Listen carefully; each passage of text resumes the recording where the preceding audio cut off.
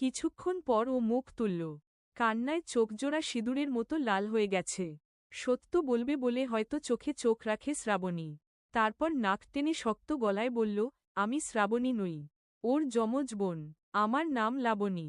আমাদের সবকিছু এক, কেবল কপালের কাছের এই দাগটা ছাড়া। ঘোরের মধ্যে সে আঙুল দিয়ে তার কপালের দাগ দেখাল। কলেজে পড়ার সময় বাথরুমে পড়ে এটা হয়েছে আমার।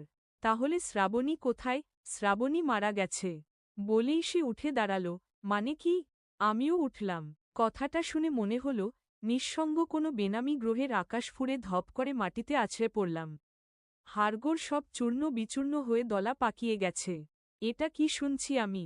সৃষ্টিকর্তা কেন আমাকে এমন কষ্ট দিল? পাথরের মতো নিঃশব্দে অশ্রু ঝরতে লাগল দুই চোখ ভেঙে। ভেতরের সাগরটিতে বুঝি জোয়ার এসেছে খুব। আজ থেকে 1 মাস আগে আত্মহত্যা করেছে ও। বিশ্বাস করুন, আপনাকে ও ঠকাতে চায়নি। তবে আত্মহত্যা করল কেন?